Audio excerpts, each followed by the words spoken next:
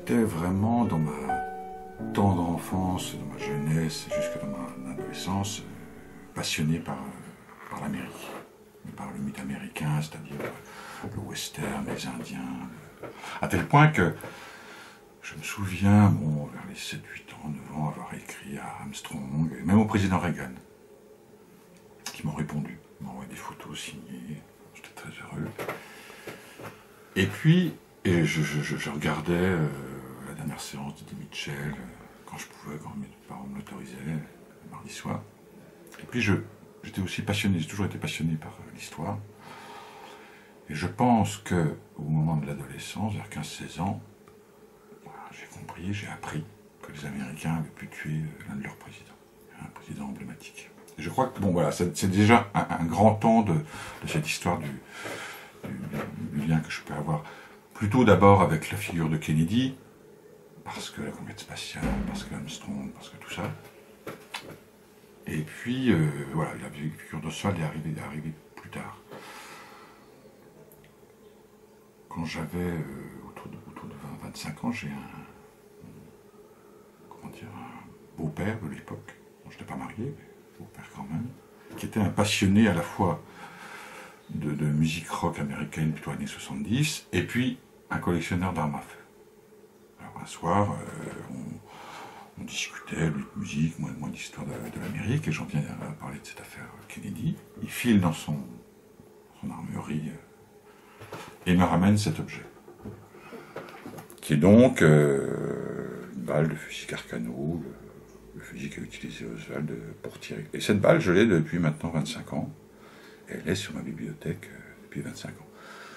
Je me souviens également, à cette époque-là, c'était en 92-93, avoir trouvé une édition 10-18 d'un condensé de la documentation rassemblée par la commission Warren, donc le juge Warren, qui a mené l'enquête après l'assassinat. Donc voilà les différents épisodes. Et avec l'arrivée de... Bon, ensuite, voilà, j'ai développé différents types d'écriture, et souvent basés à partir d'un préécrit, d'un déjà écrit, qui soit ready-made, ou qui soit documentaire, ou qui soit littéraire. Et avec l'arrivée d'Internet, j'ai eu accès, parce que ponctuellement, je recherchais toujours de quelle manière j'allais pouvoir un jour traiter cette affaire-là. Et avec l'arrivée d'Internet, j'ai eu accès, j'ai trouvé, il y a maintenant quelques années, un site Internet dédié au président Kennedy, qui avait publié l'intégralité des témoignages des personnes qui avaient témoigné à la commission Warren, ce qui représente à peu près 560 documents, donc qui sont des interrogatoires, des témoins. Donc ça a été, m'est apparu à ce moment-là le matériau que j'allais pouvoir manipuler, mettre en œuvre pour démarrer l'écriture de ce Oswald. Ensuite, il m'a fallu quelques autres étapes pour trouver la forme que j'allais pouvoir, la façon, la manière, les canevas, les stratégies d'écriture que j'allais pouvoir mettre en œuvre pour traiter cette matière-là. Et donc ça a été plutôt le passage par certains livres, notamment les deux derniers, Passer les gens et puis ensuite l'affaire La Pérouse, sont des livres qui m'ont ouvert la voie sur la façon dont j'allais pouvoir traiter cette archive. Le livre est une biographie du personnage, enfin de la façon dont Oswald devient un personnage, à la fois un personnage historique, parce que voilà, c'est cet acte-là qui le fait entrer dans l'histoire, et puis aussi dans le livre, un personnage au sens quasiment fictionnel. La figure de Kennedy n'apparaît qu'au travers de la vie, mais de la vie au sens le plus quotidien, c'est-à-dire que le travail que j'ai effectué, qui a été d'aller prélever dans l'intégralité de ces témoignages, tous les éléments factuels biographiques qui m'ont permis de retracer toute sa vie, de sa naissance jusqu'au tir, et ensuite jusqu'à son décès. Donc c'est une biographie au sens classique, donc qui est très détaillée, parce que ça représente à peu près 5000 pages, la partie des témoignages dédiés à Oswald. Sachant que je n'ai retenu, ça fait partie un peu des règles d'écriture du livre, je n'ai retenu que les témoignages des témoins qui avaient eu un contact direct avec Oswald. Ce qui exclut à peu près la moitié des témoins de la commission Warren. Mais il en reste quand même à peu près 250. Et à chacun de ces témoins, j'ai en quelque sorte demandé de me parler d'Oswald. J'ai cherché dans chacun de ces documents quels éléments biographiques pouvaient rentrer dans l'écriture du livre. C'était l'objet du livre, l'un des objets du livre. Que j'avais déjà démarré ce travail-là avec Passer les gens et l'affaire La Pérouse.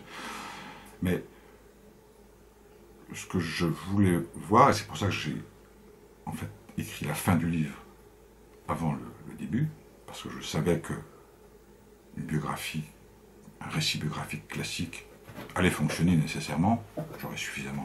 Et ce dont je voulais d'abord m'assurer, c'est qu'il y avait la possibilité que par un traitement en partie formel de cette matière textuelle, il y avait un devenir fictionnel possible.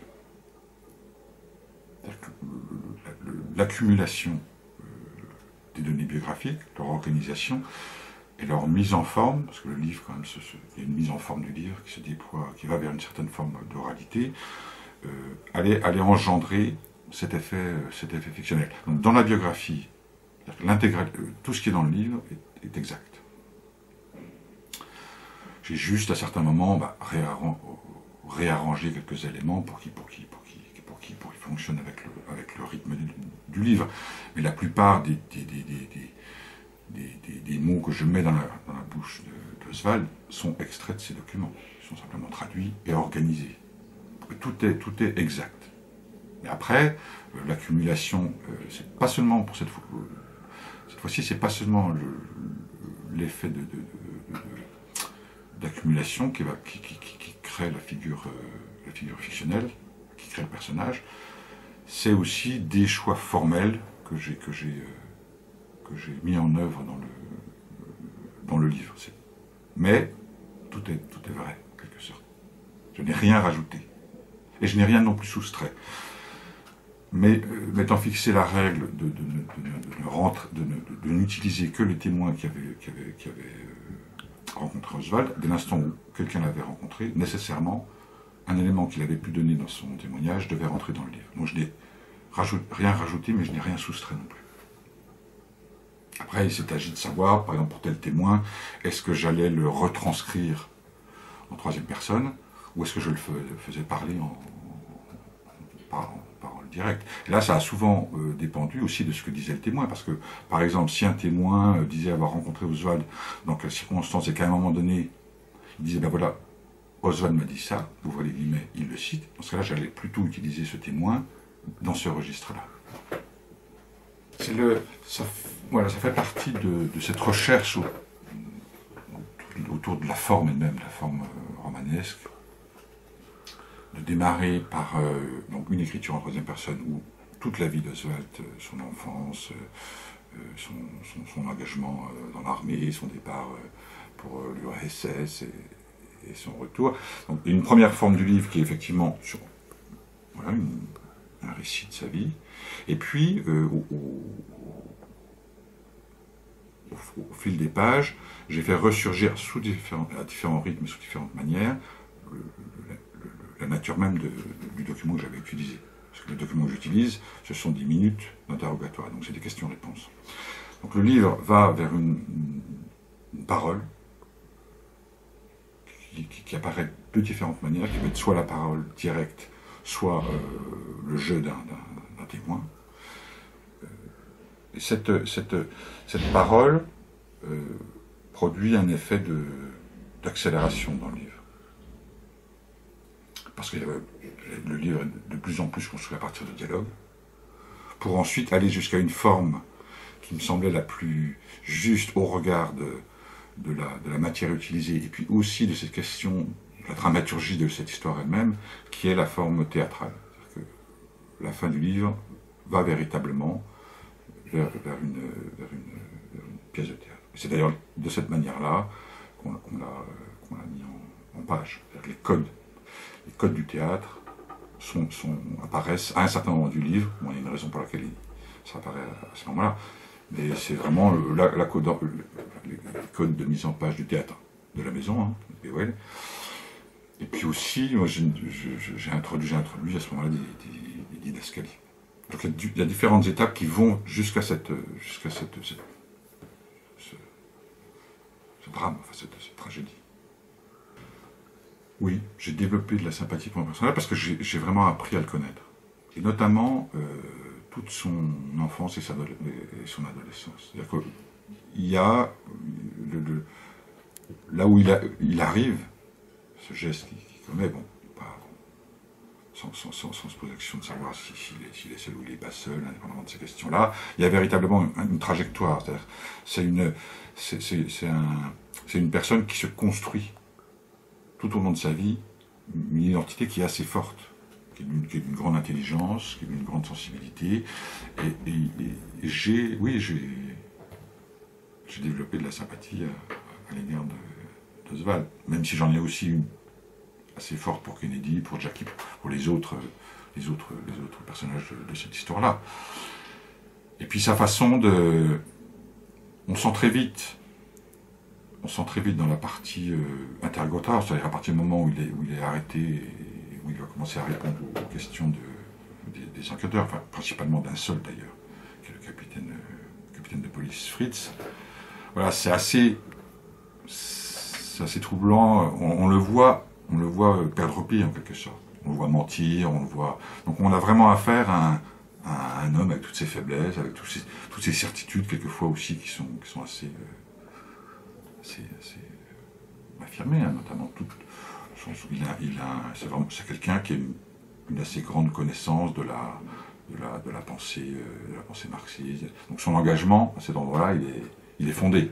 C'est pas un geste de folie, c'est quelque chose de construit. Et le voir se déliter comme ça devant le commissariat, devant les questions du commissaire de police, oui, ça crée un trouble. Même si je conserve une sympathie plus pour Jackie d'ailleurs que pour John au final.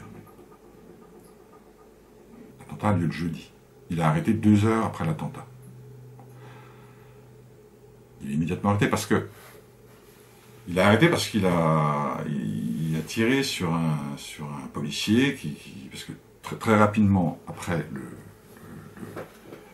l'attentat, sa description circule sur les radios des voitures de police de Dallas, qui est un des éléments aussi que j'ai utilisé dans cette traversée sonore de cette histoire-là. Il est très vite identifié, donc il panique, il tire sur un policier qui meurt d'ailleurs, et immédiatement après il est encerclé et arrêté dans le théâtre, et amené au commissariat principal de Dallas, qui est dans la mairie de Dallas. Et de là, il va passer 2 jours et demi. Il y a 3 temps d'interrogatoire majeurs avec le capitaine Fritz. Bon, il y aura des séances d'identification, il va avoir la visite de sa mère, de son frère, de quelques personnes. Et c'est très très très rapide. Il va être présenté une seule fois à la presse. Là aussi, ce sera très rapide parce que le procureur général ne veut pas qu'il en dise trop, donc il va arrêter la séance assez rapidement. Et ensuite, le dimanche matin, il y a un dernier interrogatoire. On le sort du commissariat pour l'emmener à la prison du comté, et c'est là qu'il est assassiné par Jack Ruby. Dans les circonstances elles-mêmes troublées. C'était un très long travail parce qu'à la fois, ça m'a demandé beaucoup de temps pour comprendre la forme la plus juste. Et puis ensuite, une fois que j'avais à peu près l'idée, je pensais que cette forme-là allait pouvoir fonctionner, ce qui était très très long, c'est de dépouiller 10 000 pages d'anglais en plus. Bon, après, j'avais des stratégies pour aller plus rapidement à l'information. L'une des difficultés, c'est que dans ce type de document, les procureurs, il y a deux grands procureurs qui interrogent les différents témoins, comme dans tout interrogatoire, il y a une première série de questions, et puis le procureur il revient sur les questions, pour essayer justement que les témoins précisent ce qu'ils ont vu ou ce qu'ils ont connu du personnage ou de l'attentat. Donc vous avez des témoignages qui font 200, 300 pages, et qui sont très rébarbatifs, parce que le procureur peut poser 3 ou 4 fois les mêmes questions, il faut quand même le suivre pour en extraire l'information la plus précise. Ça, c'était une des grandes difficultés. L'autre difficulté, c'est une fois que vous avez prélevé dans chacun de ces témoignages les informations biographiques qui vont pouvoir servir à reconstruire cette vie, c'est de les remettre dans l'ordre. C'est pareil. Mais c'est à la fois oui, c'est très concret, comme ça, un peu un travail d'archéologue. Oui, c'est un travail d'archéologue. Et j'avais le sentiment d'être au plus près de la vie de ce personnage, à la fois de sa vie et puis de l'événement lui-même en question. Donc il y a aussi une espèce de... J'ai eu le sentiment d'être vraiment un enquêteur au plus près de la source. Et ce qui est passionnant, c'est de voir aussi l'histoire se recomposer d'elle-même, réapparaître. Au début, on a quelque chose, c'est un peu comme Apples, comme tout enquêteur, et puis les pièces finissent par s'agencer. Je me suis aperçu que, ayant commencé par la fin, certains témoignages, des éléments de témoignage de la fin, entraient en écho nécessairement avec des éléments plus anciens. Donc c'est comme si le livre créait lui-même sa propre densité, sa propre logique, ses propres fils narratifs. Et alors là, c'est assez jouissif quand ça se met en œuvre, cette partie-là.